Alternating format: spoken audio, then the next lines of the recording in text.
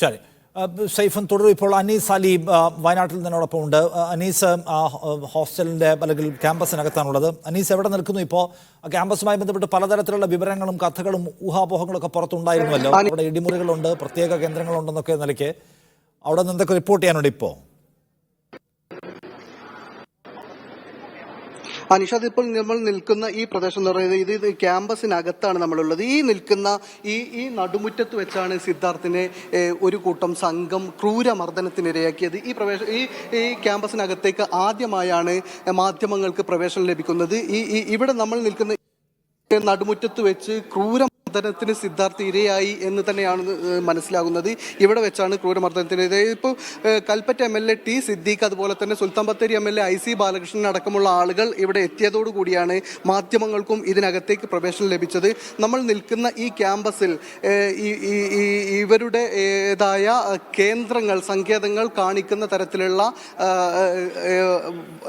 വരകളും കുറികളും എഴുത്തുകളും ഒക്കെ നിറഞ്ഞു നിൽക്കുന്നുണ്ട്. എന്തായാലും ഈ ഒരു അന്തരീക്ഷം, ഈ ഒരു ക്യാമ്പസിന്റെ, ഇവിടുത്തെ ഹോസ്റ്റലിന്റെ ഒരു അന്തരീക്ഷം ഇത് സിദ്ധാർത്ഥിനുണ്ടായ ദുരനുഭവത്തെ സാധൂകരിക്കുന്ന തരത്തിലുള്ള ആ ഒരു അന്തരീക്ഷം തന്നെയാണ് നമുക്കിപ്പോൾ ഈ ഹോസ്റ്റലിൽ നിന്ന് കാണാൻ കഴിയുന്നത്. ഇപ്പോൾ ET മുഹമ്മദ് ബഷീർ MP ഇവിടെ ഈ ക്യാമ്പസിനകത്തേക്ക് എത്തിയിട്ടുണ്ട്. എന്തായാലും ഇപ്പോൾ ഇവിടെ ഇടിമുറി എന്ന് പറയപ്പെടുന്ന കേന്ദ്രങ്ങളൊക്കെ ഈ ആളുകൾ സന്ദർശിച്ചു, ജനപ്രതിനിധികളടക്കമുള്ള ആളുകൾ സന്ദർശിച്ചു. ഈ ക്യാമ്പസിനകത്തു നിന്ന് ഇപ്പോൾ കാണുന്നത് ഇവിടുത്തെ ഈ വിദ്യാർത്ഥികളുടെ ഈ ഒരു സംഘം ഈ ക്രൂര പീഡനത്തിനിരയാക്കിയത് ഇവിടെയൊക്കെ വെച്ചുകൊണ്ടാണ്. ഇപ്പോൾ ഇവിടെ നമുക്കറിയാം, ഈ കാണുന്നു ഓൾഡ് മങ്ക് എന്ന പേരിൽ ഒരു ചിത്രം വരച്ചു വെച്ചിട്ടുണ്ട്. അപ്പുറത്ത് ചെഗുവേരയുടെ ചിത്രമാണുള്ളത്. ഇത് രണ്ടും എങ്ങനെയാണ് എഴുത്തുകൾ കാണുന്നുണ്ട്, ചെഗുവേരയുടെ ചിത്രമുണ്ട്. ഈ ചെഗുവേരയുടെ ചിത്രത്തെ സാക്ഷിയാക്കിയായിരിക്കാം ഒരു പക്ഷേ സിദ്ധാർത്ഥിനെ ഉണ്ടാവുക. കാരണം നമ്മൾ കാണുന്ന ഈ നടുമുറ്റം എന്ന് പറയുന്നതിന്റെ ഈ പ്രദേശത്താണ് ഇപ്പോൾ ഈ ചിത്രങ്ങൾ കാണുന്നത്. അതുപോലെ ധീര വിപ്ലവകാരി ജന്മം കൊണ്ട ഇടം റൊസാരിയോ എന്ന് എഴുതിയിട്ടുണ്ട്.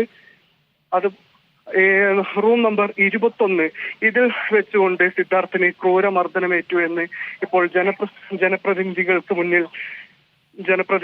മുന്നിൽ ഇവിടുത്തെ സെക്യൂരിറ്റി ഉദ്യോഗസ്ഥർ വിശദീകരിക്കുന്നുണ്ടായി. ഈ കാണുന്ന ഹോസ്റ്റൽ ഇവിടെയൊക്കെ വെച്ച് ഇവിടെ ഒരു നായയെ വളർത്തുന്നുണ്ട് വിദ്യാർത്ഥികൾ. എന്തായാലും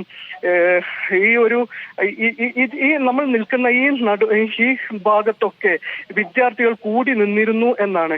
ഈ സിദ്ധാർത്ഥിന് ക്രൂരമർദ്ദനമേൽക്കുമ്പോൾ നമ്മൾ കാണുന്ന ഈ നടുമുറ്റത്ത് വെച്ച് ബെൽറ്റ് കൊണ്ടടക്കം അടിച്ച് ബോധം മറയുവരെ പീഡനങ്ങൾക്കിരയാക്കുമ്പോൾ നമ്മൾ നിൽക്കുന്ന ഈ വരാന്തകളിലൊക്കെ വിദ്യാർത്ഥികൾ കൂടി നിന്നിരുന്നു എന്നും 130ഓളം വിദ്യാർത്ഥികൾ ഇതിന് ദൃക്സാക്ഷികളായിരുന്നു എന്നും നമുക്ക് അറിയാൻ കഴിയുന്നുണ്ട്. പോലീസ് ആ കാര്യം സ്ഥിരീകരിക്കുന്നുണ്ട്.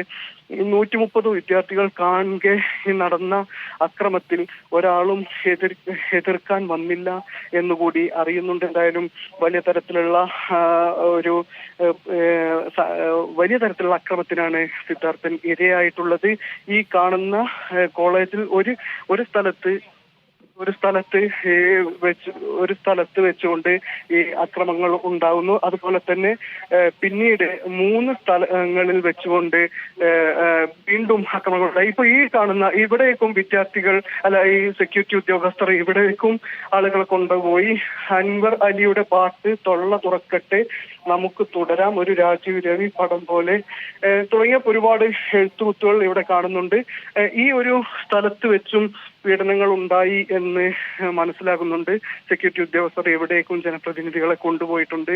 ഇവിടെ എല്ലാം ജനപ്രതിനിധികൾക്ക് മുന്നിൽ എന്റെ മുറിവിൽ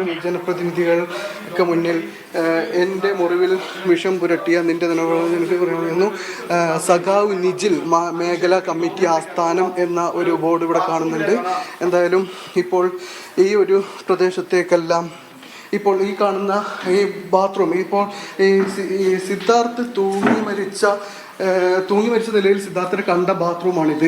ഇവിടെയാണ് സിദ്ധാർത്ഥിനെ തൂങ്ങി മരിച്ച ഈ ജനലിൽ നമ്മളിപ്പോ കാണുന്ന ഈ ജനലിൽ തൂങ്ങി മരിച്ച നിലയിലായിരുന്നു സിദ്ധാർത്ഥിന്റെ മൃതദേഹം കാണുമ്പോൾ. ഈ ബോയ്സ് ഹോസ്റ്റലാണ്. ബോയ്സ് ഹോസ്റ്റലിൽ സിദ്ധാർത്ഥിന്റെ മൃതദേഹം തൂങ്ങിയ നിലയിൽ കാണുന്നത് ഇവിടെ നിന്നായിരുന്നു. ഇതിനുശേഷം ഇപ്പോൾ നമുക്ക് കാണാം ഈ ഒരു പ്രദേശത്ത് ക്രൂരമായ പീഡനങ്ങൾക്ക് ഇരയായിട്ടുണ്ട്. ഞങ്ങൾക്ക് ഇരയായിട്ടുണ്ട്. എന്താ നമ്മൾ ഇവിടുന്ന് പോകണോ? എല്ലാം നടന്നുകൊണ്ടിരിക്കുകയാണ്. ഓക്കെ, എന്തായാലും സെക്യൂരിറ്റി ഉദ്യോഗസ്ഥർ ഇവിടെ നിന്ന് പുറത്തിറങ്ങാൻ ആവശ്യപ്പെടുന്നുണ്ട്. എന്തായാലും ഇന്ന് നല്ല രീതിയിൽ തന്നെ സെക്യൂരിറ്റി ഉദ്യോഗസ്ഥർ നമ്മോട് സഹകരിച്ചിരുന്നു. ഈ എത്തിയ ജനപ്രതിനിധികൾക്ക് ഇവിടേക്ക് കയറാൻ ചില പ്രയാസങ്ങളുണ്ടായിരുന്നു. സെക്യൂരിറ്റി ഉദ്യോഗസ്ഥർ അതിന് സമ്മതിച്ചിരുന്നില്ല. അനീസ് അലിയാണ് വയനാട്ടിലെ ക്യാമ്പസിനകത്തു നിന്നുള്ള വിവരങ്ങൾ ദൃശ്യങ്ങൾ നൽകുന്നത്.